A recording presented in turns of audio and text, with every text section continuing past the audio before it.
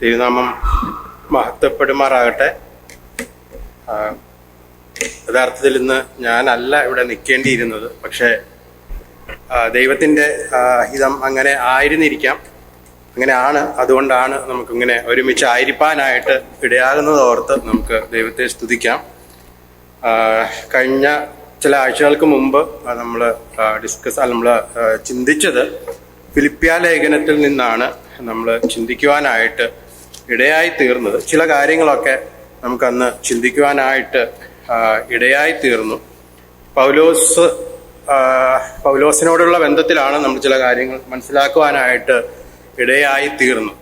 ഏറ്റവും അവസാനത്തെ ക്ലാസ്സിൽ നമ്മൾ ചിന്തിച്ചത് അല്ലെങ്കിൽ നമ്മൾ ആലോചിച്ച കാര്യം എന്ന് പറയുന്നത്, ഈ ഫിലിപ്പിയ ലേഖനത്തിൽ അനേക പ്രാവശ്യം സന്തോഷിക്കുന്ന അല്ലെങ്കിൽ സന്തോഷിപ്പിനെന്ന് ആഹ്വാനം ചെയ്യുന്ന ചില വേദഭാഗങ്ങൾ നമുക്ക് കാണുവാനായിട്ട് സാധിക്കുന്നു. അപ്പം അങ്ങനെയാണെങ്കിൽ ഈ ഫിലിപ്പിയ ലേഖനത്തിൽ ഈ പൗലോസ് അവിടെയുള്ള സഭയോട് പറയുന്ന ഒരു കാര്യം എന്ന് പറയുന്നത് സന്തോഷിക്കണം, അല്ലെങ്കിൽ കർത്താവിൽ സന്തോഷിക്കണം എന്നുള്ള കാര്യമാണ് അവിടെ പറയുന്നതായിട്ട് നമുക്ക് കാണുവാനായിട്ട് സാധിക്കും. അത് അങ്ങനെ സന്തോഷിക്കാൻ പറയുമ്പോൾ അതിൻ്റെ പുറകിലുള്ള ഒരു കാര്യം എന്ന് പറയുന്നത് ആ ഒരു നേച്ചർ, ബേസിക്കായിട്ട് അങ്ങനെ ഒരു ക്യാരക്ടർ ഇല്ല എങ്കിൽ, അല്ലെങ്കിൽ അങ്ങനെ ഒരു സ്വഭാവം ഇല്ല എങ്കിൽ സന്തോഷിക്കാൻ മറ്റുള്ളവരോട് പറയാനായിട്ട് സാധിക്കത്തില്ല. കാരണം എനിക്ക് സന്തോഷം ഇല്ലെങ്കിൽ ഞാൻ മറ്റുള്ളവരോട് സന്തോഷിക്കാൻ പറഞ്ഞാൽ അതിലൊരു അർത്ഥവുമില്ല, അല്ലെങ്കിൽ കേൾക്കുന്നവർക്ക് തന്നെ അത് വളരെ മോശമായിട്ട് തോന്നാനായിട്ടുള്ള സാധ്യത ഉണ്ട്. അങ്ങനെയാണെങ്കിൽ ഞാൻ സന്തോഷിച്ചെങ്കിൽ മാത്രമേ, ഇവിടെ പൗലോസ് സന്തോഷിച്ചെങ്കിൽ മാത്രമേ മറ്റുള്ളവരോട് സന്തോഷിക്കുവാനായിട്ട് അല്ലെങ്കിൽ കർത്താവിൽ സന്തോഷിക്കുവാനായിട്ട് പറയുവാനായിട്ട് സാധിക്കത്തുള്ളൂ. അത് നമുക്ക് ഈ ലേഖനത്തിൽ തന്നെ അനേകം പ്രാവശ്യം സന്തോഷിക്കാൻ പറയുമ്പോൾ, അല്ലെങ്കിൽ സന്തോഷിപ്പിൻ, അല്ലെങ്കിൽ വ്യത്യസ്തമായിട്ടുള്ള കാരണങ്ങൾ പറഞ്ഞിട്ട് സന്തോഷിക്കാനായിട്ട് പറയുമ്പോൾ നമുക്ക് മനസ്സിലാക്കാൻ സാധിക്കുന്ന ഒരു കാര്യം പൗലോസ് സന്തോഷവാൻ ആയിരുന്നു എന്നുള്ളതാണ്. അതേസമയം നമ്മൾ മനസ്സിലാക്കേണ്ട ഒരു കാര്യം എന്ന് പറയുന്നത്, എല്ലാ കാര്യങ്ങളും ഒത്തു വന്നപ്പോൾ അല്ലെങ്കിൽ എല്ലാ കാര്യങ്ങളും തനിക്ക് അനുകൂലമായി സംഭവിച്ചപ്പോൾ മാത്രമല്ല താന് സന്തോഷവാനായിട്ട്, അല്ലെങ്കിൽ മറ്റുള്ളവരെ സന്തോഷിക്കുവാനായിട്ട് പ്രബോധിപ്പിക്കുന്നതും എല്ലാ കാര്യങ്ങളും ഒത്തു വന്നപ്പോൾ അല്ല എന്നുള്ള കാര്യവും നമ്മൾ മറന്നു പോകാനായിട്ട് പാടില്ല. പൗലോസ് സന്തോഷിച്ച ചില സന്ദർഭങ്ങൾ, അല്ലെങ്കിൽ താൻ ആയിരുന്ന ജയിലിലും, അല്ലെങ്കിൽ താൻ കഷ്ടത്തിലൂടെ അല്ലെങ്കിൽ രോഗത്തിലൂടെ ഒക്കെ കടന്നു പോകുന്നതിന്റെ മധ്യത്തിലാണ് അനേകരെ സന്തോഷിക്കാനായിട്ട് ആഹ്വാനം ചെയ്യുന്നതെന്ന് നമുക്ക് കാണുവാനായിട്ട് സാധിക്കുന്നു. പൗലോസ് സന്തോഷിച്ച ചില കാര്യങ്ങൾ നമ്മൾ കഴിഞ്ഞ പ്രാവശ്യം കണ്ടത്, ഒന്ന് പ്രാർത്ഥിക്കുന്നതിൽ താൻ വളരെ സന്തോഷവാനായിരുന്നു എന്നുള്ള കാര്യം 3-ാം വാക്യത്തിലൊക്കെ നമ്മൾ കണ്ടതാണ്. പ്രാർത്ഥിക്കുന്ന കാര്യത്തിൽ വളരെ സന്തോഷവാനായിരുന്നു, അല്ലെങ്കിൽ സന്തോഷത്തോടുകൂടെ പ്രാർത്ഥിക്കുവാനായിട്ട് നമുക്ക് ഇടയാകും. പലപ്പോഴും ഈ പ്രാർത്ഥിക്കുക എന്ന് പറയുമ്പോൾ നമ്മൾ പലപ്പോഴും ഈ പ്രയാസങ്ങളൊക്കെ വരുമ്പോൾ നമ്മൾ മടുത്തു പോകാറുണ്ട്, അല്ലെങ്കിൽ പ്രാർത്ഥന ഒന്നും വേണ്ട എന്നല്ലെങ്കിൽ ദൈവത്തിന് ഇത് എന്നെ അറിഞ്ഞിട്ട് ദൈവത്തിന് ഒരു പക്ഷേങ്കിൽ ഇതൊക്കെ ഒന്ന് മാറ്റിക്കൂടായിരുന്നോ എന്നൊക്കെ ചിന്തിക്കാനുള്ള സാധ്യതയുണ്ട്. അതുകൊണ്ട് നമ്മൾ പലപ്പോഴും പ്രാർത്ഥന അങ്ങ് മാറ്റിവെക്കാനുള്ള സാധ്യത കാണുന്നുണ്ട്. പക്ഷെ പൗലോസ് ഇവിടെ പ്രാർത്ഥിക്കുന്നതായിട്ട്, അല്ലെങ്കിൽ ജയിലിലായിരുന്നപ്പോൾ, അല്ലെങ്കിൽ തനിക്ക് നേരിട്ട എല്ലാ പ്രയാസങ്ങളുടെ മധ്യത്തിലും വളരെ സന്തോഷത്തോടെ മറ്റുള്ളവരെ ഓർത്ത് തൻ്റെ ആവശ്യങ്ങളെക്കാൾ ഉപരി മറ്റുള്ളവരുടെ ആവശ്യങ്ങളും, അല്ലെങ്കിൽ തൻ്റെ ഏറ്റവും പ്രധാനപ്പെട്ട ഒരു വിഷയം എന്ന് പറയുന്നത് സുവിശേഷത്തിന്റെ അഭിവൃദ്ധി ആയിരുന്നു എന്ന് നമുക്ക് ഈ ലേഖനം വായിച്ചാൽ നമുക്ക് മനസ്സിലാക്കുവാനായിട്ട് സാധിക്കും. താൻ വളരെ സന്തോഷത്തോടെ പ്രാർത്ഥിക്കുന്നു, അല്ലെങ്കിൽ മടുപ്പ് കൂടാതെ, അല്ലെങ്കിൽ തളർന്നു പോകാമായിരുന്നെങ്കിലും, അല്ലെങ്കിൽ നിരാശനായി പോകാമായിരുന്നെങ്കിലും സന്തോഷത്തോടെ പ്രാർത്ഥിക്കുന്നതായിട്ട് നമുക്ക് കാണുവാനായിട്ട് സാധിക്കുന്നുണ്ട്. അപ്പം ഞാൻ നേരത്തെ പറഞ്ഞതുപോലെ തൻ്റെ എന്തെങ്കിലും നേട്ടം എന്നതിനേക്കാൾ ഉപരി ആ ഒരു പോയിന്റിലോട്ട് താൻ പോകുന്നതായിട്ട് നമുക്ക് ഒരിടത്തും കാണുവാനായിട്ട് സാധിക്കുന്നില്ല. എല്ലാം കർത്താവിൻ്റെ മഹിമ, അല്ലെങ്കിൽ കർത്താവിൻ്റെ നാമത്തിൻ്റെ മഹിമയ്ക്ക് വേണ്ടി ആയിരിക്കണം എന്നുള്ള ഒറ്റ ഉദ്ദേശത്തോടു കൂടിയാണ് താൻ മുമ്പോട്ട് പോയതായിട്ട് നമുക്ക് മനസ്സിലാക്കുവാനായിട്ട് സാധിക്കുന്നു. രണ്ടാമത് നമ്മൾ കണ്ടത് ദൈവവചനം അറിയിക്കുന്ന കാര്യത്തിൽ, അല്ലെങ്കിൽ സുവിശേഷം അറിയിക്കുന്ന കാര്യത്തിൽ താൻ വളരെ സന്തോഷവാനായി. നമ്മൾ വായിക്കുന്നുണ്ട്, സുവിശേഷത്തെക്കുറിച്ച് എനിക്ക് ലജ്ജയില്ല എന്ന് പൗലോസ് പറയുന്നതായിട്ട് നമുക്ക് കാണുവാനായിട്ട് സാധിക്കുന്നുണ്ട്. അതായത് സുവിശേഷം അറിയിക്കുന്നതിലോ അല്ലെങ്കിൽ മറ്റുള്ളവർ എന്ത് വിചാരിക്കുമെന്ന് ഉള്ള ഒരു ചിന്തയൊന്നും തനിക്ക് ഉണ്ടായതായിട്ട് നമുക്ക് കാണുവാനായിട്ട് ഒരിടവും സാധിക്കുന്നുണ്ട്. ദൈവത്തിന്റെ അല്ലെങ്കിൽ സുവിശേഷം മറ്റുള്ളവരിലേക്ക് എത്തണം, അല്ലെങ്കിൽ അനേകര് കർത്താവിനെ അറിയണം, ആ കാര്യം താൻ വളരെ സന്തോഷത്തോടെ ചെയ്തതായിട്ട് നമുക്ക് കാണുവാനായിട്ട് സാധിക്കുന്നുണ്ട്. ഇത് സന്തോഷത്തോടെ ചെയ്തു എന്ന് പറയുമ്പം തന്നെ നമ്മൾ മനസ്സിലാക്കേണ്ട ഒരു കാര്യം, തന്നെ പിടിച്ച് ജയിലിലിട്ടേക്കുന്ന അല്ലെങ്കിൽ ഈ കള്ളക്കേസ് എന്നൊക്കെ പറഞ്ഞ് അവനെ ജയിലിലിട്ടേക്കുന്നതിന്റെ ഒറ്റ റീസൺ ഇത് മാത്രമാണ്. താൻ സുവിശേഷം അറിയിച്ചു, അല്ലെങ്കിൽ കർത്താവിന്റെ നാമത്തിന് വേണ്ടി താൻ നിന്നതുകൊണ്ടാണ് തന്നെ പിടിച്ച് ജയിലിൽ ആക്കിയിരിക്കുന്നതെന്ന് നമുക്ക് മനസ്സിലാക്കുവാനായിട്ട് സാധിക്കുന്നു. അങ്ങനെയാണെങ്കിൽ തനിക്ക് ഏറ്റവും ദോഷമായിട്ട് വന്ന ഒരു കാര്യം പോലും വളരെ സന്തോഷത്തോടു കൂടെ ചെയ്യുവാനായിട്ട്, അല്ലെങ്കിൽ തനിക്ക് ജയിലിലേക്ക് പോകേണ്ടി വന്ന ആ ഒരു കാര്യം പോലും വളരെ സന്തോഷത്തോടു കൂടി, അല്ലെങ്കിൽ സുവിശേഷം അറിയിക്കുന്ന കാര്യത്തിൽ വളരെ സന്തോഷത്തോടു കൂടി താൻ അത് ചെയ്തതായിട്ട് നമുക്ക് കാണുവാനായിട്ട് സാധിക്കുന്നുണ്ട്. പിന്നെ ഒരു കാര്യം മൂന്നാമത് നമ്മൾ കണ്ടത് 25-ാമത്തെ വാക്യത്തിൽ 1:25 താന് മറ്റുള്ളവർക്കൊരു അനുഗ്രഹമായിട്ട് ആയിരിക്കുന്നു എന്നുള്ളതോർത്ത് തനിക്ക് സന്തോഷിക്കുവാനായിട്ട് ഇടയായി തീർന്നതായിട്ട് നമുക്ക് കാണുവാനായിട്ട് സാധിക്കുന്നു. 2:17 നിങ്ങൾക്ക് വേണ്ടി ജീവൻ അർപ്പിക്കേണ്ടി വന്നാൽ, അങ്ങനെ നമുക്ക് കാണുവാനായിട്ട്, അതായത് കർത്താവിന്റെ നാമത്തിന്റെ മഹത്വത്തിന് വേണ്ടി തന്റെ ജീവനെ വിട്ടുകളയാൻ പോലും, അല്ലെങ്കിൽ തന്റെ ജീവനെ ത്യജിക്കാൻ പോലും താൻ തയ്യാറായി എന്ന് നമുക്ക് കാണുവാനായിട്ട് സാധിക്കുന്നുണ്ട്. ഏറ്റവും അവസാനത്തിലോട്ട് വരുമ്പോൾ താൻ സന്തോഷിക്കുന്നതിനോടൊപ്പം തന്നെ മറ്റുള്ളവരെയും കർത്താവിൽ അല്ലെങ്കിൽ കർത്താവിൽ സന്തോഷിക്കുവാനായിട്ട് ആഹ്വാനം ചെയ്യുന്നു. എന്നോടുകൂടെ സന്തോഷിക്കുവെന്ന് പറയുന്ന ഒരു പൗലോസിനെ നമുക്ക് കാണുവാനായിട്ട് സാധിക്കുന്നുണ്ട്. എന്നോട് കൂടെ സന്തോഷിക്കുവാനായിട്ട്, അല്ലെങ്കിൽ ഞാൻ സന്തോഷിക്കുന്നതിനോടൊപ്പം നിങ്ങളും സന്തോഷിക്കണം എന്നുള്ള ഒരു ആഹ്വാനം, അല്ലെങ്കിൽ എന്താ പറയുന്നത്, അത് അങ്ങനെ പറയണമെങ്കിൽ തൻ്റെ ലൈഫിൽ ഈ അസൂയയുടെ അല്ലെങ്കിൽ പിണക്കത്തിന്റെ ഒന്നും ഒരു അംശം പോലും ഉണ്ടാകാനായിട്ട് പാടില്ല. ഉണ്ടെങ്കിൽ നമുക്ക് സ്വാഭാവികമായിട്ടും മറ്റൊരാൾ സന്തോഷിക്കുന്ന കാണുമ്പോൾ, അല്ലെങ്കിൽ ഞാൻ സന്തോഷിക്കുമ്പോൾ മറ്റൊരാൾ സന്തോഷിക്കണ്ട, അല്ലെങ്കിൽ വേറൊരാൾ സന്തോഷിക്കുന്നത് കാണുമ്പോൾ എനിക്ക് സന്തോഷം വരാതെയൊക്കെ ഇരിക്കാനുള്ള എല്ലാ സാധ്യതയും ഉണ്ട്. പൗലോസോട് ചെയ്യുന്ന ഒരു കാര്യം, അല്ലെങ്കിൽ അവരെ ആഹ്വാനം ചെയ്യുന്നത് അതിന്റെ 18-ാം വാക്യമാണ്. നമ്മൾ 2:18 എന്നോടുകൂടെ സന്തോഷിക്കുമെന്ന് പറയുന്നതായിട്ട്, അല്ലെങ്കിൽ മറ്റുള്ളവരെ കൂടെ ആ സന്തോഷത്തിലേക്ക് താന് ആഹ്വാനം ചെയ്യുന്നതായിട്ട് അല്ലെങ്കിൽ വിളിക്കുന്നതായിട്ട് കാണുവാനായിട്ട് സാധിക്കുന്നുണ്ട്. ദുഃഖത്തിൽ ഇരിക്കുന്നവരെ, അല്ലെങ്കിൽ വേദനയിലായിരിക്കുന്നവരെ, അല്ലെങ്കിൽ ആശ്വാസം വേണ്ടുന്നവരെ ഒക്കെ ആശ്വസിപ്പിക്കാനും, അല്ലെങ്കിൽ ദൈവത്തിന്റെ വചനം പറഞ്ഞു കൊടുത്ത് അവരെ ആശ്വസിപ്പിക്കാനും, അവരെ സന്തോഷിപ്പിക്കാനൊക്കെ, എന്ന് വെച്ചാൽ ദൈവത്തിന്റെ വചനത്തിലൂടെ അവർക്ക് സന്തോഷവും ആശ്വാസവും ഒക്കെ പറഞ്ഞു കൊടുക്കുവാനായിട്ട് ആഹ്വാനം ചെയ്യുന്ന ഒരു പൗലോസിനെ നമുക്ക് അവിടെ കാണുവാനായിട്ട് സാധിക്കുന്നുണ്ട്.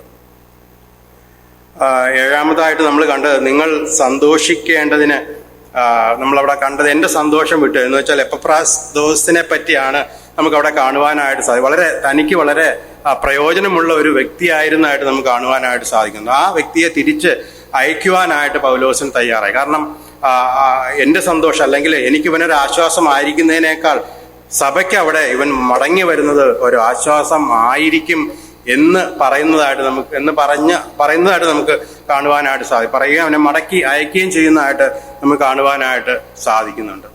അങ്ങനെയാണെങ്കിൽ തന്റെ സന്തോഷത്തെക്കാൾ മറ്റുള്ളവരുടെ സന്തോഷത്തിന് വേണ്ടി തനിക്ക് പ്രയോജനമായിരുന്നു, അല്ലെങ്കിൽ തനിക്ക് ആശ്വാസമായിരുന്നത്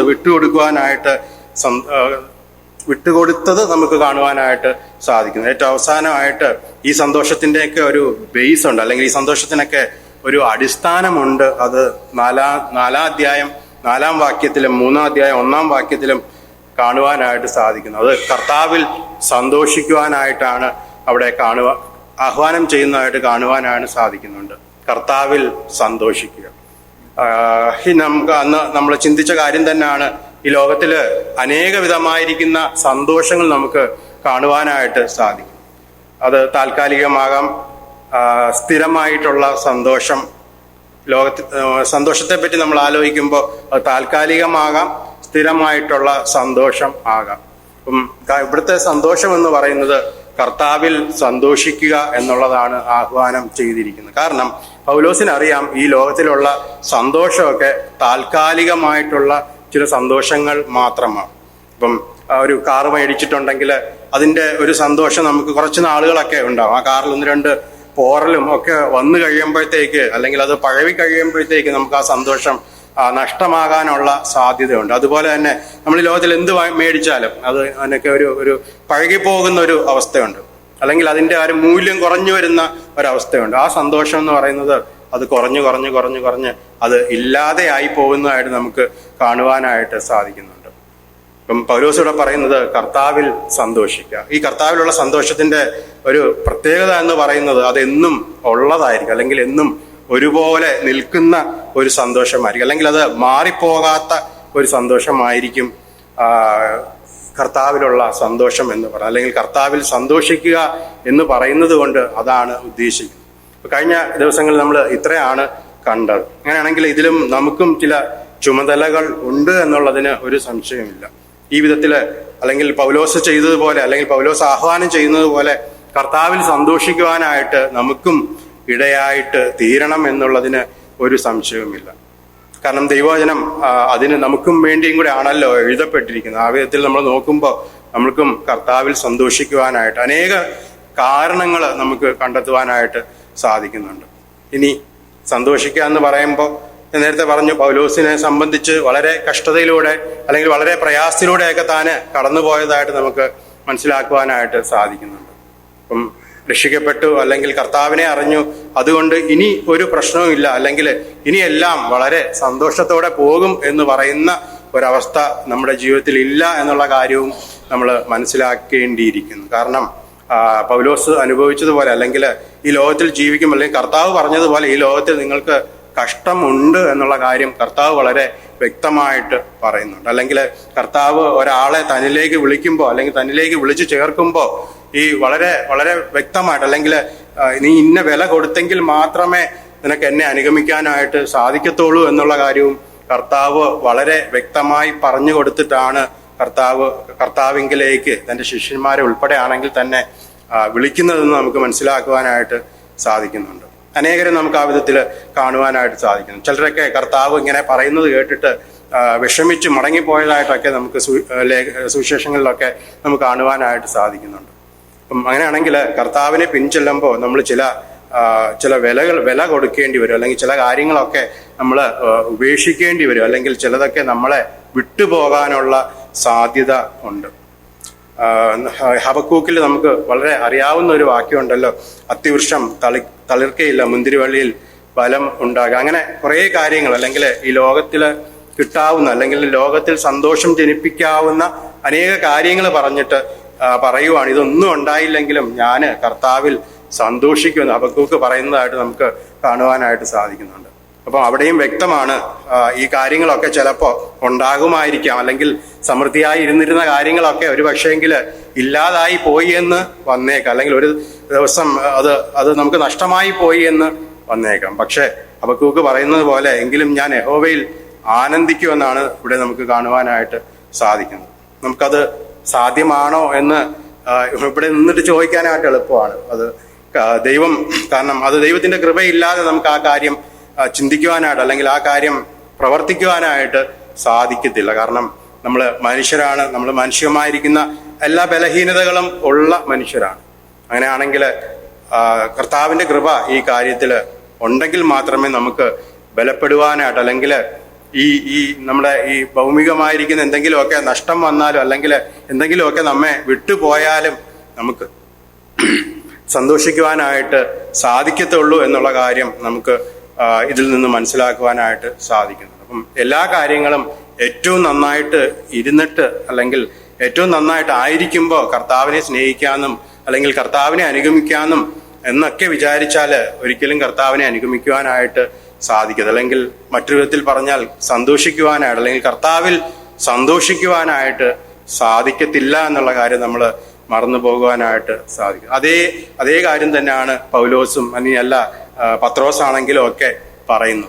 അവരും ജയിലിലായിരുന്നു, കഷ്ടതയിലായിരുന്നു, അല്ലെങ്കിൽ പ്രയാസത്തിലൂടെ കടന്നുപോയ, അല്ലെങ്കിൽ പരീക്ഷ ഘട്ടങ്ങളിലൂടെയൊക്കെ കടന്നുപോയവരാണ്. അവരുടെ ഓരോ പരീക്ഷയിലും അവര് കർത്താവിന് വേണ്ടിയിട്ട് നിന്നതായിട്ട് നമുക്ക് കാണുവാനായിട്ട് സാധിക്കുന്നു. ചിലപ്പോ വീഴ്ചകൾ വന്നേക്കാം, അല്ലെങ്കിൽ നമുക്കറിയാം ദാവീദിനെ പറ്റി നമ്മൾ ആലോചിച്ച് നോക്കുകയാണെങ്കിൽ ദാവീദ് പലപ്പോഴും ദൈവസന്നിധിയിൽ, അല്ലെങ്കിൽ ദൈവമുമ്പാകെ വീണുപോയിട്ടുണ്ട്.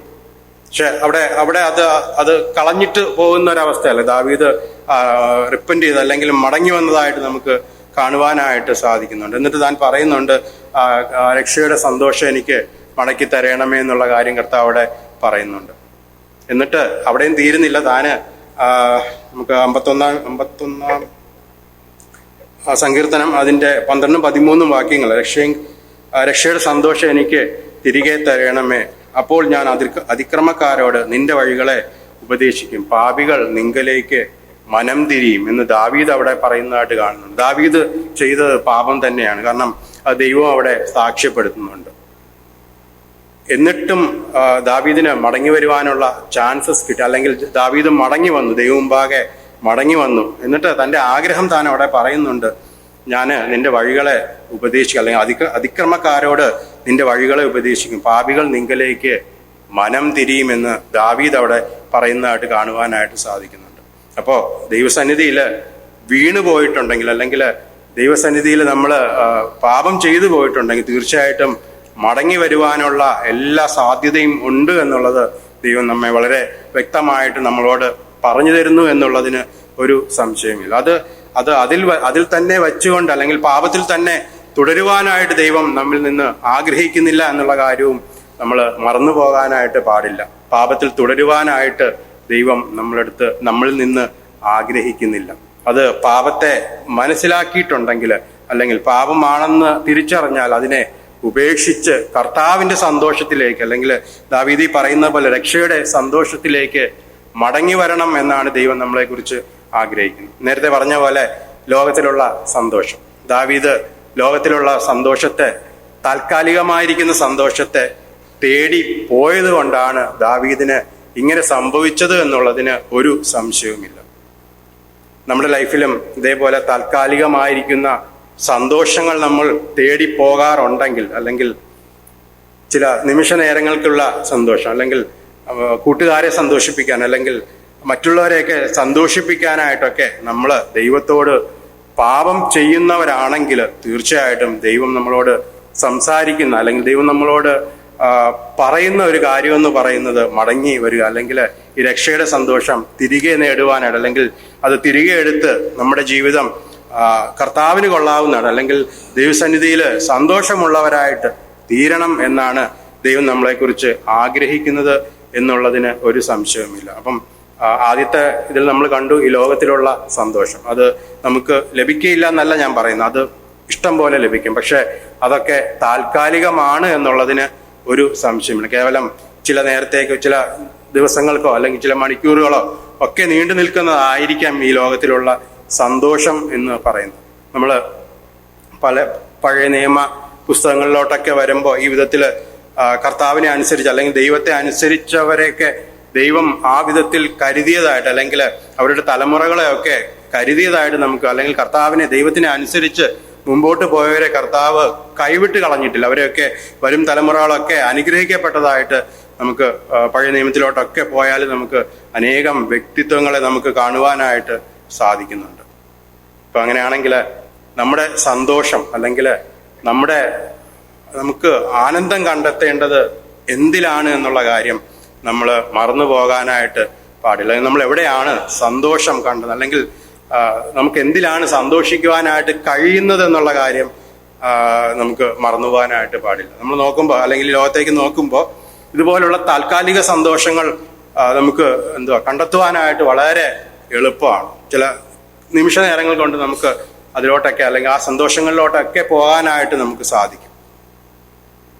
ദൈവം ആഗ്രഹിക്കുന്നത് അതല്ല. കർത്താവിൽ സന്തോഷിക്കുവാനായിട്ട്, അല്ലെങ്കിൽ കർത്താവിന്റെ മഹിമയ്ക്കായിട്ട്, കർത്താവിന്റെ രാജ്യത്തിന്റെ കെട്ടുപണിക്കായിട്ട് കർത്താവ് ആഗ്രഹിക്കുന്നത് പോലെ ചില കാര്യങ്ങളൊക്കെ ചെയ്യണം എന്നാണ് ദൈവം നമ്മളെക്കുറിച്ച് ആഗ്രഹിക്കുന്നത് എന്നുള്ള കാര്യം നമ്മൾ മറന്നു പോകാനായിട്ട് പാടില്ല. നേരത്തെ പറഞ്ഞതുപോലെ കർത്താവിനെ പിൻചെല്ലുമ്പോൾ നിശ്ചയമായിട്ടും ഉപദ്രവം ഉണ്ടാകും, അല്ലെങ്കിൽ കഷ്ടത ഉണ്ടാകും എന്നുള്ള കാര്യം നമ്മൾ മറന്നു പോകാനായിട്ട് പാടില്ല. നമ്മൾ സൺഡേ സ്കൂളിലുള്ള കുട്ടികളോട് ഇങ്ങനെ സംസാരിക്കുമ്പം അവരുടെ ഏറ്റവും വലിയ പ്രശ്നം എന്ന് പറയുന്നത് അവർ ധ്യാനിക്കുക എന്നുള്ള, രാവിലെ കർത്താവിന്റെ വചനം ധ്യാനിക്കാൻ പറയുമ്പോൾ, അല്ലെങ്കിൽ പലപ്പോഴും ചിലപ്പോൾ 1-2 ദിവസമൊക്കെ എഴുതിക്കൊട്ടൊക്കെ വരും, അല്ലെങ്കിൽ ഒരാഴ്ച ചിലപ്പോൾ എഴുതിയിട്ടൊക്കെ വരും. പിന്നീട് ഒരു മാസം കഴിഞ്ഞിട്ടൊക്കെ ആയിരിക്കും വീണ്ടും അടുത്ത ചില വരികളൊക്കെ അവരുടെ പുസ്തകത്തിൽ കാണുന്നത്. അവരോട് ചോദിക്കുമ്പം സ്വാഭാവികമായിട്ട് അവർ പറയുന്നത് അവർക്ക് സമയമില്ല എന്നുള്ള ആ വിധത്തിലുള്ള ന്യായങ്ങളാണ്. അല്ലെങ്കിൽ അവർ ഇത് ചെയ്യാൻ തുടങ്ങുമ്പോൾ മുതൽ അവർ അഭിമുഖീകരിക്കുന്ന ഒരു പ്രശ്നം എന്ന് പറയുന്നത് അവർക്ക് വേറെ എന്തെങ്കിലുമൊക്കെ ബിസി, ഇത് ചെയ്യുമ്പം മാത്രമേ ഉള്ളൂ, ചെയ്യുമ്പം മാത്രം അവർ വളരെ ബിസി ആയിട്ടുള്ള ഒരു ലൈഫിലേക്ക്, അല്ലെങ്കിൽ അവരെ അത് സാത്താൻ ആ വിധത്തിൽ അനുവദിക്കാതിരിക്കുന്നതായിട്ട് നമുക്ക് മനസ്സിലാക്കുവാനായിട്ട് സാധിക്കും. തീർച്ചയായിട്ടും നമ്മൾ കർത്താവിനെ അനുഗമിക്കുമ്പോൾ, അല്ലെങ്കിൽ കർത്താവിൻ്റെ പുറകെ നമ്മൾ പോകുമ്പോൾ തീർച്ചയായിട്ടും നമുക്ക് പ്രയാസങ്ങൾ ഉണ്ടാവും, അല്ലെങ്കിൽ സാത്താൻ നമ്മളെ പരീക്ഷിക്കുവാനായിട്ടൊക്കെ ഇടയായി തീരും എന്നുള്ളതിന് ഒരു സംശയവുമില്ല. അപ്പം കർത്താവിനെ അറിയുക, അല്ലെങ്കിൽ കർത്താവിനോട് ചേർന്നിരിക്കുക എന്നുള്ളത് തന്നെയാണ് നമ്മൾ സുവിശേഷങ്ങൾ വായിക്കുന്നുണ്ടല്ലോ, അവനെ രുചിച്ചറിയുവാനായിട്ട് നമ്മൾ വായിക്കുന്നുണ്ട്. രുചിച്ചറിയുക എന്ന് പറയുമ്പോൾ കർത്താവിനെ രുചിച്ചറിയുക, അല്ലെങ്കിൽ ഒരു നല്ല ചോക്ലേറ്റ് കയ്യിൽ കിട്ടിയിട്ടുണ്ടെങ്കിൽ അത് കിട്ടിയപ്പോൾ തന്നെ 2 രീതിയിൽ കഴിക്കാം. ഒന്നുകിൽ ചില പിള്ളേരുണ്ട്, കിട്ടിയ ഉടനെ പൊട്ടിക്കുക, അത് വായിലിടുക, ചവയ്ക്കുക, തീർക്കുക.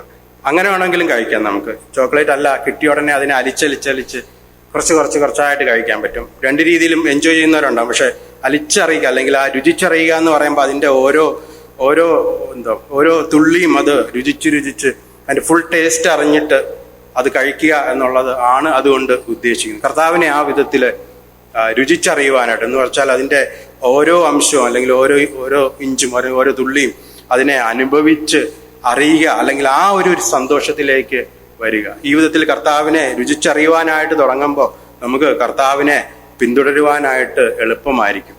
കാരണം അനുഭവിക്കുന്ന, അല്ലെങ്കിൽ ഇപ്പം എന്താ പറയുന്നത്,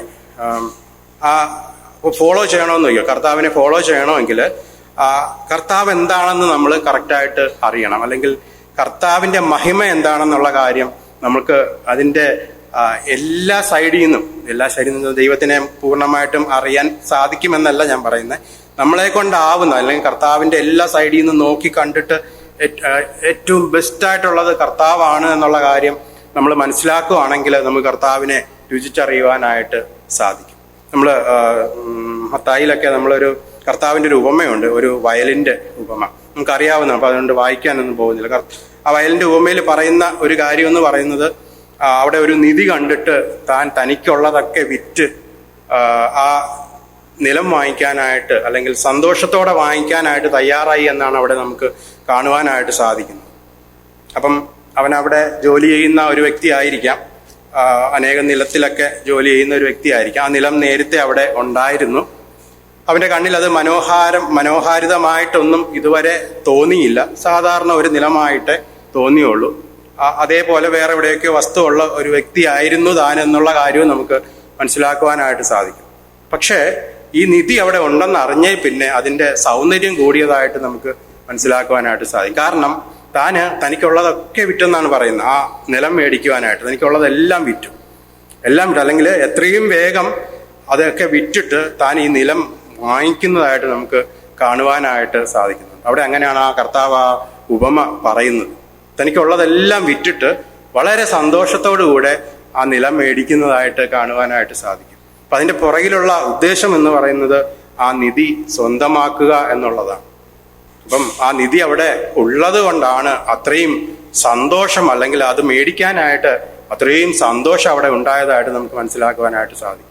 ഇതുപോലാണ് കർത്താവിനെ സ്നേഹിക്കുമ്പോൾ ഈ ഒരു നിധി കർത്താവിലുണ്ടെന്നുള്ള ഒരു കണ്ടെത്തൽ, അത് നമുക്ക് എങ്ങനെ സാധിക്കുമെന്നുള്ള കാര്യം നമ്മൾ ഓരോരുത്തരും തന്നെയാണ് ചിന്തിക്കേണ്ടത്. ഇത് കർത്താവിനെ എങ്ങനെ രുചിച്ചറിയാം, അല്ലെങ്കിൽ ഈ നിധി കർത്താവിൽ ഉണ്ട് എന്നുള്ള കാര്യം, അല്ലെങ്കിൽ കർത്താവിൻ്റെ വലിപ്പവും തൻ്റെ മഹത്വവും ഒക്കെ നമ്മൾ ഓരോ ദിവസവും രുചിച്ചറിഞ്ഞെങ്കിൽ മാത്രമേ നമുക്ക് അവനെ ഫോളോ ചെയ്യുവാനായിട്ട്, അവൻ്റെ പുറകെ പോകുവാനായിട്ട്, അല്ലെങ്കിൽ സന്തോഷത്തോടെ പോകുവാനായിട്ട് നമുക്ക് സാധിക്കുകയുള്ളൂ എന്നുള്ള കാര്യവും നമ്മൾ മറന്നു പോകാൻ പാടില്ല.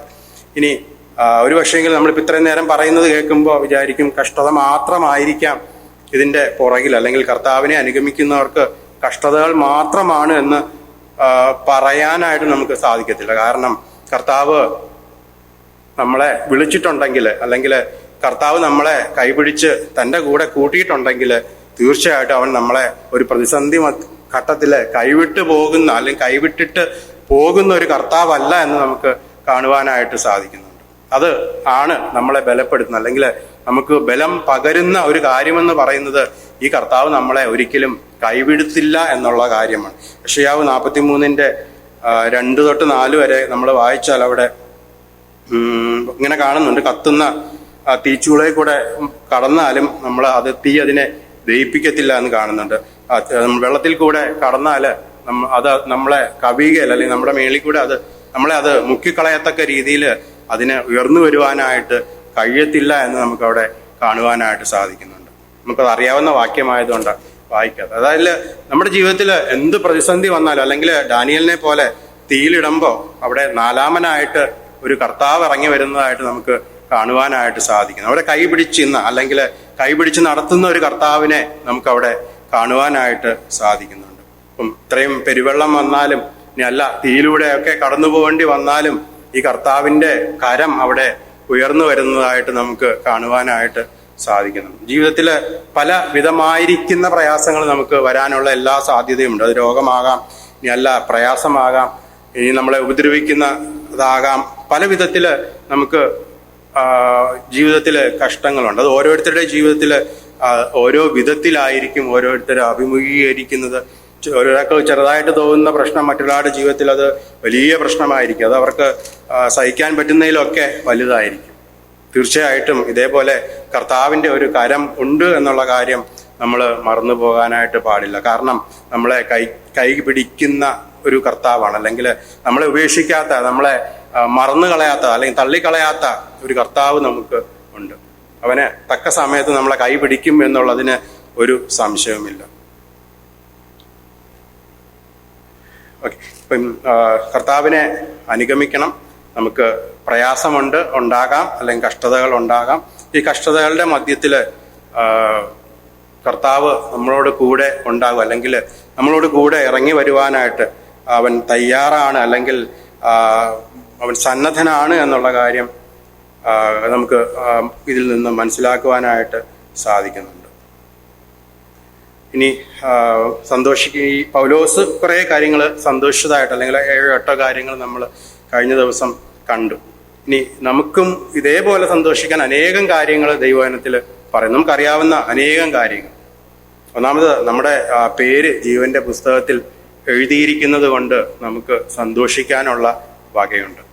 നമ്മുടെ പേര് ജീവന്റെ പുസ്തകത്തിൽ എഴുതിയിരിക്കുന്നത് കൊണ്ട് പലപ്പോഴും നമ്മൾ അത്രയും വില കൊടുക്കുന്നുണ്ടോ, അല്ലെങ്കിൽ അതിൻ്റെതായിട്ടുള്ള മഹത്വം കൊടുക്കുന്നുണ്ടോ എന്നുള്ള കാര്യം, അല്ലെങ്കിൽ അത് മറന്നു പോകാറുണ്ടോ എന്നുള്ള കാര്യം നമ്മൾ ഓരോരുത്തരും ചിന്തിക്കേണ്ടിയിരിക്കും. നമ്മുടെ പേര് ജീവന്റെ പുസ്തകത്തിൽ എഴുതുക എന്നുള്ള, അല്ലെങ്കിൽ എന്താ പറയുന്നത്, ഈ കർത്താവ് നമ്മളെ സ്നേഹിച്ചിട്ട്, അല്ലെങ്കിൽ അവൻ നമ്മളെ രക്ഷിച്ചിട്ട് നമ്മുടെ പേര് സ്വർഗത്തിൽ എഴുതി വയ്ക്കാനായിട്ട് കർത്താവിന് ഹിതമായി, അല്ലെങ്കിൽ തൻ്റെ ഓമനകുമാരനെ നമുക്ക് വേണ്ടി തന്നിട്ട്, അല്ലെങ്കിൽ ഒരു യോഗ്യതയില്ലാത്ത നമുക്ക് വേണ്ടിയിട്ട് തൻ്റെ പുത്രനെ തന്നിട്ട് നമ്മളെയും കൂടെ, അല്ലെങ്കിൽ പിതാവിനോട് കൂടെ ഇരുത്തും, അല്ലെങ്കിൽ നമ്മുടെ പേരും കൂടെ സ്വർഗത്തിൽ എഴുതുവാനായിട്ട് ദൈവത്തിന് ഇഷ്ടമാണ്. അത് എത്രയോ മഹിമയുള്ള കാര്യമാണ്, അല്ലെങ്കിൽ എത്രയോ മഹത്തരമായിട്ടുള്ള കാര്യമാണ്. ആ പേര് അവിടെ ഇല്ലെങ്കിൽ എന്താണ് സംഭവിക്കാൻ പോകുന്നത്? നമ്മൾ തീർച്ചയായിട്ടും ആ പേര് ഇല്ലെങ്കിൽ നമ്മൾ നരകത്തിലേക്ക് പോകാനായിട്ട് ഇടയായിത്തീരും, അല്ലെങ്കിൽ നിത്യമായിട്ടുള്ള ഒരു നരക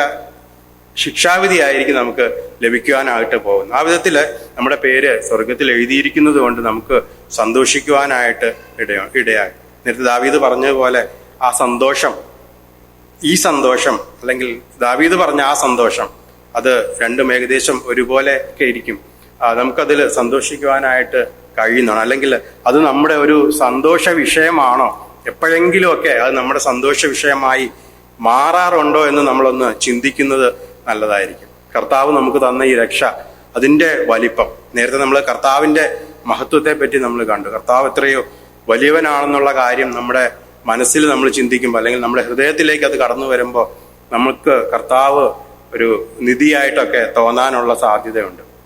അതേപോലെ കർത്താവ് നമുക്ക് തന്ന രക്ഷയുടെ വലിപ്പം, അത് എത്ര വലുതാണെന്നുള്ള കാര്യം നമുക്ക് ചിന്തിക്കുവാനായിട്ട് ഇടയാകാറുണ്ടെങ്കിൽ തീർച്ചയായിട്ടും നമുക്ക് സന്തോഷിക്കാതിരിക്കാനായിട്ട് തരമില്ല. അല്ലെങ്കിൽ അങ്ങനെ ഒരു സന്തോഷമാണ് നമ്മുടെ സന്തോഷമെങ്കിൽ ഈ ലോകത്തിലെ ദുഃഖം തരുന്ന സന്തോഷം നമ്മുടെ വലിയ സന്തോഷമായിട്ട് ഇരിക്കത്തില്ല, അല്ലെങ്കിൽ താൽക്കാലികമായിരിക്കുന്ന ഈ സന്തോഷം നമ്മുടെ സന്തോഷമായിട്ട് ഇരിക്കത്തില്ല, അല്ലെങ്കിൽ ഈ ദുഃഖം തരുന്ന സന്തോഷത്തിന് വേണ്ടി അത് കിട്ടിയില്ലല്ലോ എന്നുള്ള ദുഃഖത്തില് നമ്മൾ ജീവിക്കാനായിട്ട് ഇടയാകത്തില്ല. അല്ലെങ്കിൽ ഈ ലോകത്തിലുള്ള നിസ്സാരമായിരിക്കുന്ന കാര്യങ്ങൾ നമുക്ക് വലിയ കാര്യമായിട്ട് തോന്നത്തില്ല. പൗലോസ് പറഞ്ഞ പോലെ ഇതൊക്കെ ചപ്പും ചവറും എന്ന് എണ്ണുവാനായിട്ട് നമുക്ക് ഇടയായി തീരും. നമ്മള് വലുതായിട്ട് കണക്കാക്കി വെച്ചിരിക്കുന്ന പല കാര്യങ്ങളും പൗലോസ് ചപ്പും ചവറും എന്ന് എണ്ണിയതുപോലെ, അല്ലെങ്കിൽ അതൊക്കെ വേണ്ടാന്ന് വെച്ചതുപോലെ നമുക്കും അത് സാധിക്കുമോ എന്നുള്ള കാര്യം നമ്മളൊന്ന് ചിന്തിക്കേണ്ടിയിരിക്കുന്നു. നമുക്ക് എന്താണ് നമ്മുടെ സന്തോഷം ആയിരിക്കേണ്ടത്, അല്ലെങ്കിൽ ഈ ലോകത്തിൽ ചില കാര്യങ്ങളൊക്കെ നേടുന്നതോ ഈ ലോകത്തിൽ കുറെ സമ്പാദിക്കുന്നതോ ഒക്കെ ആണോ നമ്മുടെ സന്തോഷം എന്നുള്ള കാര്യം നമ്മളൊന്ന് ചിന്തിക്കേണ്ടിയിരിക്കുന്നു. മറ്റൊരു കാര്യം എന്ന് പറയുന്നത്, ഇതിന്റെ അടിസ്ഥാനത്തിൽ ചിന്തിക്കുമ്പോൾ മറ്റുള്ളവർ രക്ഷയെങ്കിലേക്ക് വരുമ്പോൾ നമുക്ക് സന്തോഷിക്കുവാനായിട്ട് ഇടയായിത്തീരും. അപ്പൊ അതിന് നമ്മൾ എന്തെങ്കിലുമൊക്കെ ചെയ്തെങ്കിൽ മാത്രമേ ആ വിധത്തിൽ സന്തോഷിക്കുവാനായിട്ട് ഇടയാകത്തുള്ളൂ. അല്ലെങ്കിൽ പൗലോസ് സന്തോഷിച്ച പോലെ മറ്റുള്ളവരുടെ സന്തോഷം, അല്ലെങ്കിൽ മറ്റുള്ളവരുടെ സന്തോഷത്തിൽ പങ്കുചേരണം. അതേപോലെ അനേകര് കർത്താവിലേക്ക് വരുമ്പോൾ നമുക്ക് സന്തോഷിക്കുവാനായിട്ട് ഇടയാകണം. ഇനി മറ്റൊരു വിധത്തിൽ പറഞ്ഞാല്, നമുക്ക് മാത്രം അങ്ങ് സ്വർഗത്തിൽ കർത്താവിനോട് കൂടെ ആയിരിക്കുന്നതിനേക്കാൾ നല്ലത് മറ്റുള്ളവരെയും കൂടെയൊക്കെ നമ്മൾ കർത്താവിലേക്ക് നേടുവാൻ, അല്ലെങ്കിൽ അതിനായിട്ട് പ്രവർത്തിക്കുവാനായിട്ടൊക്കെ ഇടയായി തീരണം. പൗലോസിന്റെ ഒരു സന്തോഷത്തില് പ്രധാന സന്തോഷം ഇതായിരുന്നു, മറ്റുള്ളവരുടെ രക്ഷ, അല്ലെങ്കിൽ മറ്റുള്ളവരെ രക്ഷയെങ്കിലേക്ക് നയിക്കുക എന്നുള്ള കാര്യം പൗലോസിനെ സംബന്ധിച്ച് വളരെ സന്തോഷമുള്ള കാര്യമായിരുന്നു. നമുക്കെന്ന് പറയുമ്പോൾ ഞാൻ എന്നെയും ചേർത്താണ് പറയും, നമുക്ക് പലപ്പോഴും എന്തായിരിക്കും നമ്മുടെ സന്തോഷം, ഈ കാര്യം നമുക്ക് സന്തോഷമായിട്ടാണോ ആയിരിക്കുന്നത്, അതോ ഈ കാര്യം കേൾക്കുന്നത് തന്നെ നമുക്ക് ഒരു താല്പര്യവുമില്ലാത്ത വിഷയമായിട്ടാണ് ആയിരിക്കുന്നതെങ്കിൽ നമ്മുടെ സന്തോഷം കർത്താവിലല്ല, അല്ലെങ്കിൽ കർത്താവ് തന്ന ഈ രക്ഷയിലല്ല എന്നുള്ള കാര്യം നമ്മൾ ആ ഒരു നിലവാരത്തിലാണ് നമ്മൾ ആയിരിക്കുന്നതെന്നുള്ള കാര്യം നമുക്ക് ആലോചിക്കുകയും ചിന്തിക്കുകയും ചെയ്യാനായിട്ട് ഇടയാണ്. മൂന്നാമതായിട്ട് ഒരു കാര്യം നമുക്ക് കാണുവാൻ സാധിക്കുന്നത്, നമുക്കൊരു പിതാവുണ്ട്, അല്ലെങ്കിൽ സ്വർഗത്തിൽ ഒരു പിതാവുണ്ടെന്നുള്ള കാര്യം നമ്മൾ മറന്നു പോകാനായിട്ട് പാടില്ല. അല്ലെങ്കിൽ നമുക്ക് സന്തോഷിക്കുവാനായിട്ട് ഇടയാകുന്ന ഒരു കാര്യം എന്ന് പറയുന്നത്, സ്വർഗത്തിൽ നമുക്കൊരു പിതാവുണ്ട്. ഇനി ഇവിടെയും ചിന്തിക്കേണ്ട ഒരു കാര്യം എന്ന് പറയുന്നത്, ഈ പിതാവും ചില്ലറക്കാരനല്ല എന്നുള്ളതാണ് നമ്മുടെ സന്തോഷം വർദ്ധിപ്പിക്കേണ്ട ഒരു കാര്യം. അല്ലെങ്കിൽ ഈ പിതാവ് ആരാണ് എന്നുള്ളതാണ് നമ്മളെ സന്തോഷിപ്പിക്കേണ്ട, അല്ലെങ്കിൽ ഈ ഭൂമിയിൽ നമ്മുടെ സന്തോഷം വർദ്ധിപ്പിക്കേണ്ട ഒരു കാര്യം എന്ന് പറയുന്നത്, ഈ പിതാവ് ആരാണ്, അവൻ എത്ര ഉന്നതനാണെന്നുള്ള കാര്യം, അല്ലെങ്കിൽ നമ്മളെ അറിയുന്ന, അല്ലെങ്കിൽ നമ്മുടെ ആവശ്യങ്ങളെ അറിയുന്ന, അല്ല നമ്മുടെ അവസ്ഥ അറിയുന്ന, അല്ലെങ്കിൽ നമ്മൾ എന്താണെന്നുള്ള കാര്യം. കാരണം നമ്മൾ വായിക്കുന്നുണ്ട്, നമ്മൾ ഒരു ജീവൻ എന്ന് പറയുന്നത് വയലിലെ പൂ പോലെ ഉള്ളൂ, അത് രാവിലെ വരുന്നു വൈകിട്ട് വാടിപ്പോകും. അങ്ങനെയുള്ളവരെ പോലും കൺസിഡർ ചെയ്യാനായിട്ട്, അല്ലെങ്കിൽ കേവലം നിസ്സാരരായിരിക്കുന്നവരെ കൺസിഡർ ചെയ്യാനായിട്ട്, തൻ്റെ പുത്രനെ തരുവാനായിട്ട് അത്രയും മനസ്സുള്ള ഒരു പിതാവ് നമുക്കുണ്ട്. ഇനി അല്ല നമ്മുടെ ആവശ്യങ്ങളും അല്ലെങ്കിൽ നമ്മുടെ ആഗ്രഹങ്ങളും ഒക്കെ നമ്മൾ അറിയുന്നതിന് മുന്നേ നന്നായിട്ട് അറിയുന്ന, ഇനി അല്ല അത് പ്രൊവൈഡ് ചെയ്യാനായിട്ട് ഏറ്റവും താല്പര്യമുള്ള, അത് നമുക്ക് തക്ക സമയത്ത് നമുക്ക് തരുവാനായിട്ട് താല്പര്യമുള്ള ഒരു പിതാവ്, അല്ലെങ്കിൽ നമ്മളെ സംരക്ഷിക്കുന്ന, നമ്മളെ കെയർ ചെയ്യുന്ന ഒരു നല്ല പിതാവ് നമുക്കുണ്ട് എന്നുള്ള കാര്യം നമ്മൾ മറന്നു പോകാനായിട്ട് പാടില്ല. അത് നമ്മളെ സന്തോഷിപ്പിക്കേണ്ട വിഷയമാണ്. ഇനി ഇതിലൊക്കെ നമുക്ക് സന്തോഷിക്കുവാനായിട്ട് കഴിയുന്നുണ്ടോ എന്നുള്ള കാര്യമാണ് നമ്മളിന്ന് ചിന്തിക്കേണ്ടിയിരിക്കുന്നത്. പൗലോസ് സന്തോഷിക്കുവാനായിട്ട് അനേക ആഹ്വാനങ്ങൾ തരുന്നുണ്ട്. അപ്പം അതിൽ ഒന്ന് രണ്ട് കാര്യങ്ങളാണ് നമ്മളിപ്പം കണ്ടത്. നമുക്ക് ഒരു സ്വർഗത്തിൽ ഒരു പിതാവുണ്ട്, അല്ലെങ്കിൽ ഒരു എന്താ പറയുന്നത്, സ്വർഗത്തേക്കാൾ ഉന്നതനായിരിക്കുന്ന ഒരു ദൈവം നമുക്കുണ്ട് എന്നുള്ള കാര്യം നമ്മൾ മറന്നു പോകാനായിട്ട് പാടില്ല. അത് നമ്മുടെ സന്തോഷ വിഷയം ആയിരിക്കണം. നമ്മൾ വായിക്കുന്നുണ്ടല്ലോ, യോഹന്നാൻ 1:12 അവനെ കൈക്കൊണ്ട് അവന്റെ നാമത്തിൽ വിശ്വസിക്കുന്നവർക്കും ദൈവമക്കളാകുവാനായിട്ട് അധികാരം ലഭിച്ചു നമ്മൾ വായിക്കുന്നു. ദൈവത്തിന്റെ മക്കളായി തീരുവാനായിട്ട് ദൈവം നമുക്ക് അധികാരം തന്നിരിക്കുന്നു.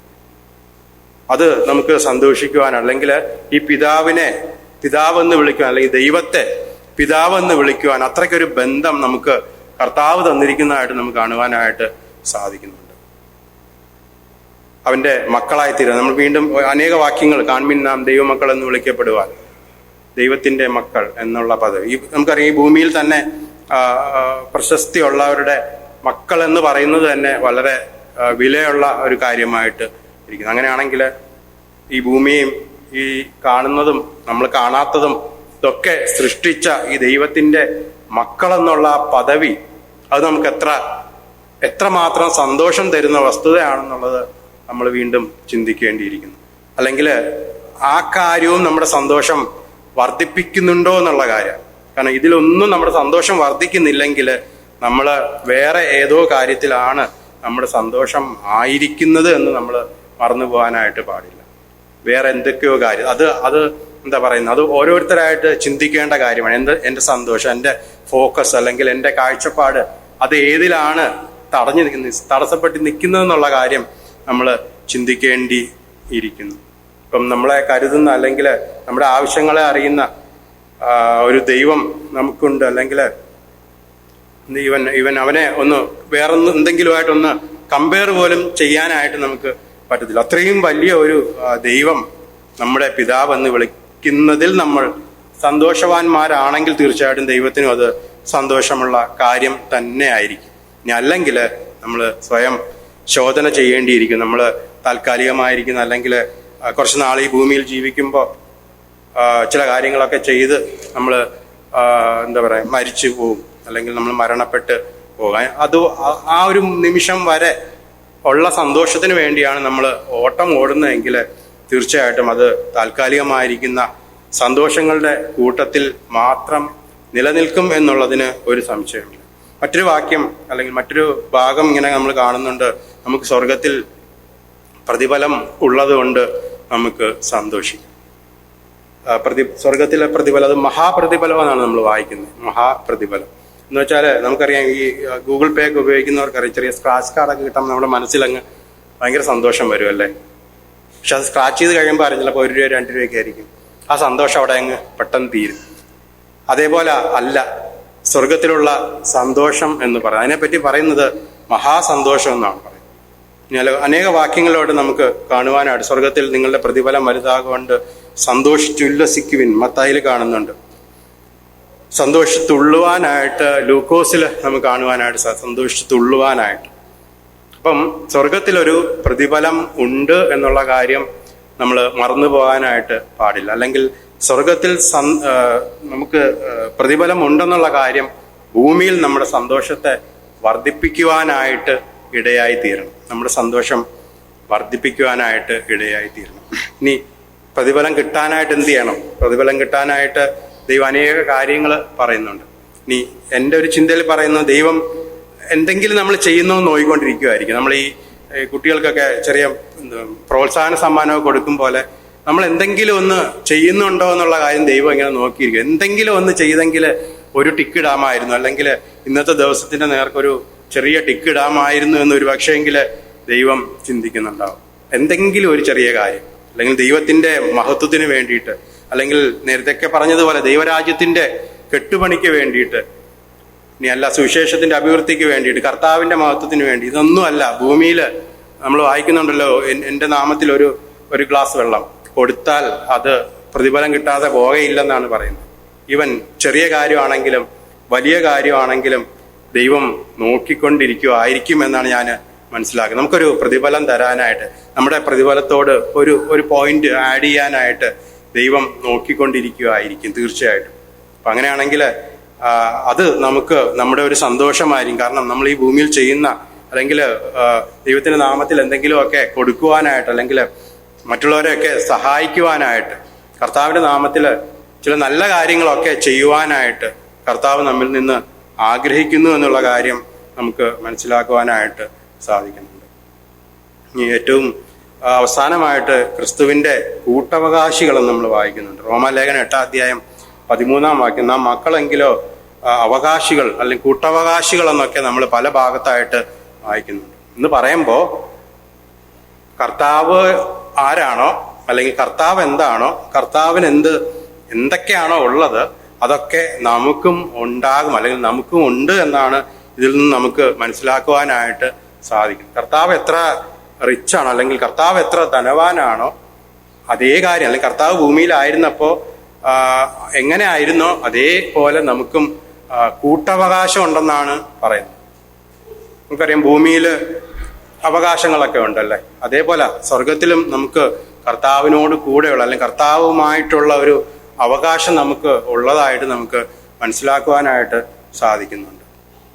ഇനി ഈ അവകാശം അല്ലെങ്കിൽ ഈ റൈറ്റ്സ് അല്ലെങ്കിൽ പ്രിവിലേജസ് ഇതൊക്കെ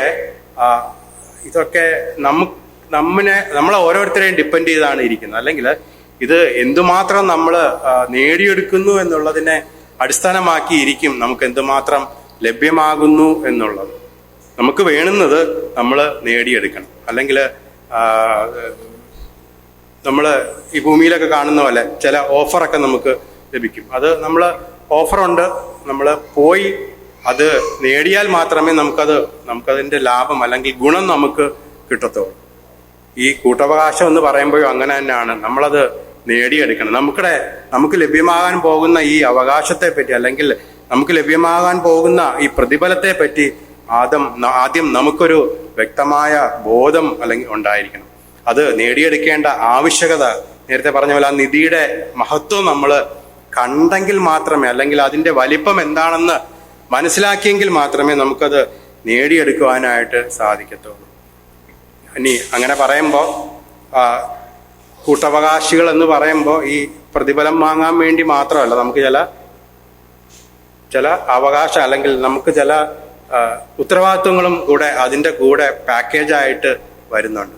അതും കൂടെ നമ്മൾ ചെയ്യാനായിട്ട് ബാധ്യസ്ഥരാണ്. അതും മറന്നു പോകാനായിട്ട് പാടില്ല. അല്ലാതെ വെറുതെ ഇരുന്നിട്ട് കർത്താവിൻ്റെ കൂട്ടവകാശികളാണ്, ഞാൻ അവിടെ ചെല്ലുമ്പോൾ ഒരു എന്താ പറയുന്നത്, ഒരു കിരീടം പോലും ഇല്ല, അല്ലെങ്കിൽ ഒരു ഇരിപ്പിടം പോലും ഇല്ല, എനിക്ക് അങ്ങനെ പറയാമെന്ന് എനിക്കറിഞ്ഞൂടാ, ഒരു ഇരിപ്പിടം പോലും ഇല്ലാത്ത ഒരവസ്ഥയിലാണോ നമ്മൾ അവിടെ ചെല്ലുമ്പം ആയിരിക്കുന്നത് എന്നുള്ള കാര്യം നമ്മളൊന്ന് ചിന്തിക്കേണ്ടത്, അല്ലെങ്കിൽ നമ്മളൊന്ന് വിലയിരുത്തുന്നത് നല്ലതായിരിക്കും.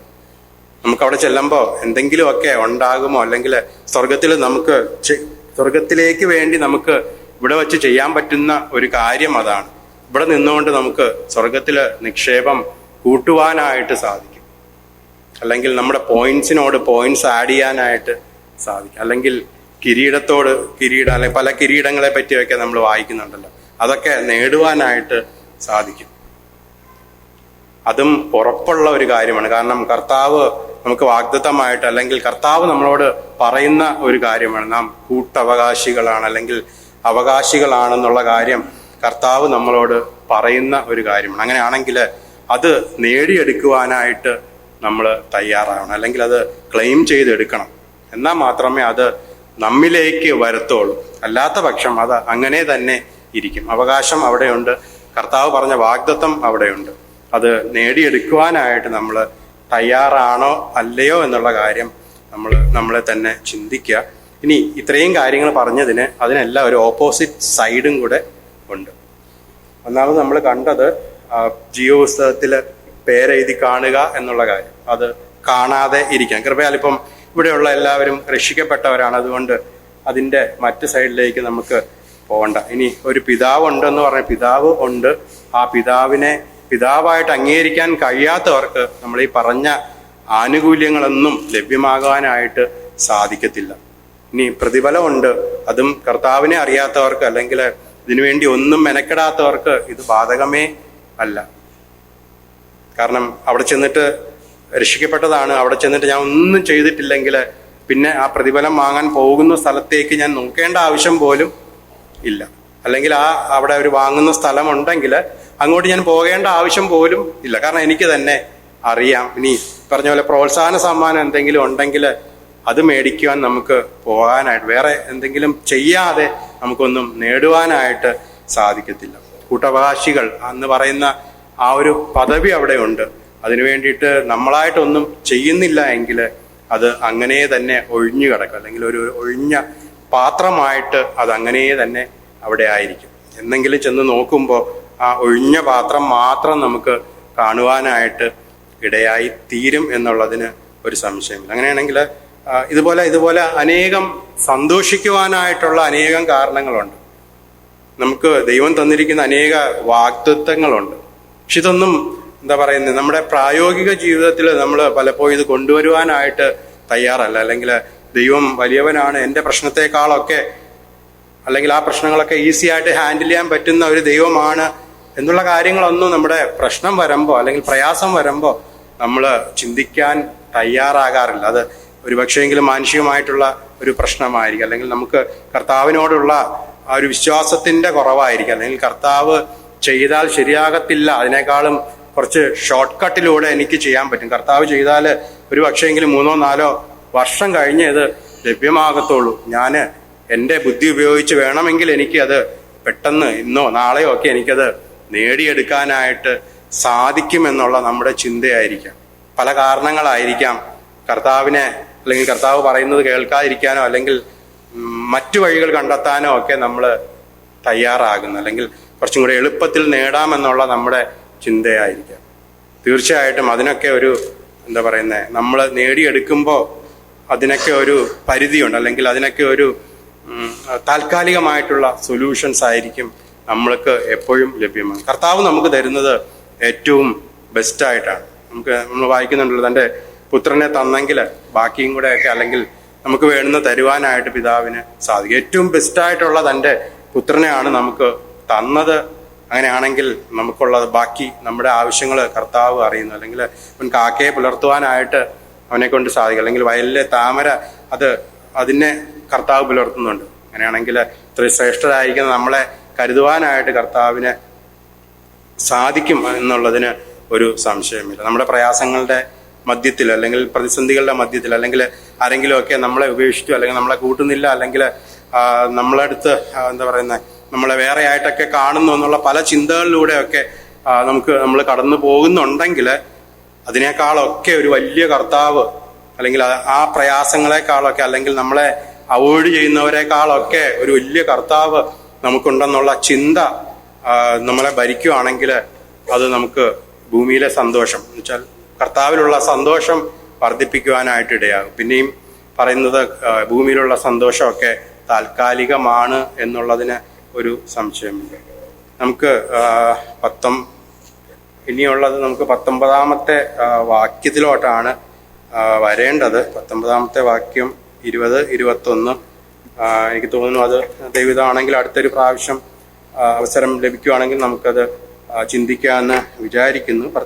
ഇത്രയും പറഞ്ഞിട്ട് പൗലോസിന്റെ ആത്യന്തികമായിരിക്കുന്ന ജീവിത ലക്ഷ്യം എന്താണെന്നുള്ള കാര്യം വളരെ വ്യക്തമായിട്ട് താൻ അവിടെ എഴുതി കാണിച്ചു തരുന്നതായിട്ട് നമുക്ക് കാണുവാനായിട്ട് സാധിക്കുന്നുണ്ട്. ഈ സന്തോഷിക്കാൻ പറഞ്ഞ ഈ പൗലോസ് തൻ്റെ ജീവിത ലക്ഷ്യം, നമുക്ക് നമ്മുടെയൊക്കെ ലൈഫ് എന്തെങ്കിലും ലക്ഷ്യമുണ്ടോ എന്നുള്ള കാര്യം നമ്മൾ ഒന്ന് ചിന്തിക്കുന്നത് നല്ലതായിരിക്കും. നമുക്ക് ഭൂമിയിലോ അല്ലെങ്കിൽ സ്വർഗത്തിലോ ഒക്കെ എന്തെങ്കിലും ലക്ഷ്യം എന്ന് വെച്ചാൽ എന്തെങ്കിലുമൊക്കെ നേടണം അല്ലെങ്കിൽ കർത്താവിന് വേണ്ടി ചിലത് നേടണം എന്നുള്ള ഒരു ജീവിത ലക്ഷ്യം ഉണ്ടോ എന്നുള്ള കാര്യം നമ്മൾ ചിന്തിക്കും. പൗലോസിന് വളരെ വളരെ വ്യക്തമായിട്ട് ഉള്ള ജീവിത ലക്ഷ്യം ഉണ്ടായിരുന്നു എന്നുള്ളതിന് ഒരു സംശയമില്ല. നമുക്ക് ദൈവം അനുവദിച്ചാൽ അടുത്ത പ്രാവശ്യം അത് ചിന്തിക്കുവാനായിട്ട് ഇടയാകും. ഈ കാര്യങ്ങൾ അല്ലെങ്കിൽ കർത്താവിൽ സന്തോഷിക്കുവാനായിട്ട് അല്ലെങ്കിൽ അവൻ്റെ മഹത്വം കാണുവാനായിട്ട് അവൻ്റെ വലിപ്പം കാണുവാനായിട്ട് അതനുസരിച്ച് ആ വലിയ സന്തോഷത്തോടു കൂടെ ജീവിക്കാനായിട്ട് ദൈവം നമ്മളെ സഹായിക്കും.